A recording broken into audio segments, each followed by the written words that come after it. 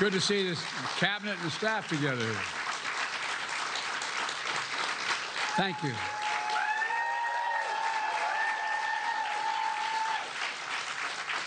Thank you, thank you, thank you. Please. Thank you, thank you, thank you. It's good to see you all. Particularly good to see my granddaughter sitting in the front row here. Hi, Finn. How are you, honey? For over 200 years, America has carried on the greatest experiment in self-government in the history of the world. And that's not hyperbole, that's a fact. We're the people. The people vote and choose their own leaders, and they do it peacefully. And we're in a democracy. The will of the people always prevails. Yesterday, I spoke with President-elect Trump to congratulate him on his victory. And I assured him that I'd direct my entire administration to work with his team to ensure a peaceful and orderly transition. That's what the American people deserve. Yesterday, I also spoke with Vice President Harris. She's been a partner and a public servant. She ran an inspiring campaign, and everyone got to see something that I learned early on to respect so much, her character. She has a backbone like a ramrod. She has great character, true character. She gave her whole heart and effort, and she and her entire team should be proud of the campaign they ran. You know, the struggle for the soul of America since our very founding has always been an ongoing debate and still vital today.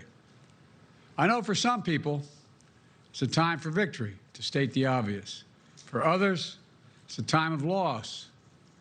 Campaigns are contests of competing visions. The country chooses one or the other. We accept the choice the country made. I've said many times, you can't love your country only when you win. You can't love your neighbor only when you agree. Something I hope we can do, no matter who you voted for, is see each other not as adversaries, but as fellow Americans. Bring down the temperature. I also hope we can lay to rest the question about the integrity of the American electoral system. It is honest, it is fair, and it is transparent. And it can be trusted, win or lose. I also hope we can restore the respect for all our election workers who busted their necks and took risks at the outset. We should thank them. Thank them for staffing voting sites, counting the votes, protecting the very integrity of the election. Many of them are volunteers who do it simply out of love for their country. And as they did their duty as citizens, I will do my duty as president. I'll fulfill my oath, and I will honor the Constitution. On January 20th, we'll have a peaceful transfer of power here in America. To all our incredible staff, supporters, cabinet members, all the people who've been hanging out with me for the last 40 years, God love you, as my mother would say. Thank you so much. You put so much into the past 4 years. I know it's a difficult time. You're hurting. I hear you and I see you. But don't forget all that we accomplished. It's been a historic presidency. Not because I'm president, because what we've done, what you've done. A presidency for all Americans. Much of the work we've done is already being felt by the American people, but the vast majority of it will not be felt over the next 10 years.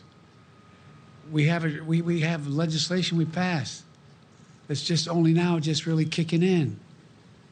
We're going to see over $1 trillion worth of infrastructure work done, changing people's lives in rural communities and communities that are in real difficulty, because it takes time to get it done. And so much more. It's going to take time, but it's there. The road ahead is clear, assuming we sustain it. There's so much we can get done and will get done based on the way the legislation was passed. And it's truly historic. You know, we're leaving behind the strongest economy in the world. I know people are still hurting, but things are changing rapidly. Together, we've changed America for the better. Now we have 74 days to finish the term, our term. Let's make every day count. That's the responsibility we have to the American people. Look, folks, you all know it in your lives. Setbacks are unavoidable, but giving up is unforgivable.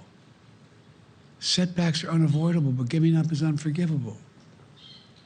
We all get knocked down. But the measure of our character, as my dad would say, is how quickly we get back up. Remember, a defeat does not mean we are defeated. We lost this battle. The America of your dreams is calling for you to get back up. That's the story of America for over 240 years and counting. It's a story for all of us, not just some of us. The American experiment endures. We're going to be okay, but we need to stay engaged. We need to keep going. And above all, we need to keep the faith. I'm so proud to have worked with all of you. I really mean it. I sincerely mean it. God bless you all. God bless America. And may God protect our troops. Thank you, thank you, thank you. Thank you for watching. Go to newsnationnow.com to find NewsNation on your television provider. And don't forget to click the red subscribe button below to get more of NewsNation's fact-driven, unbiased coverage.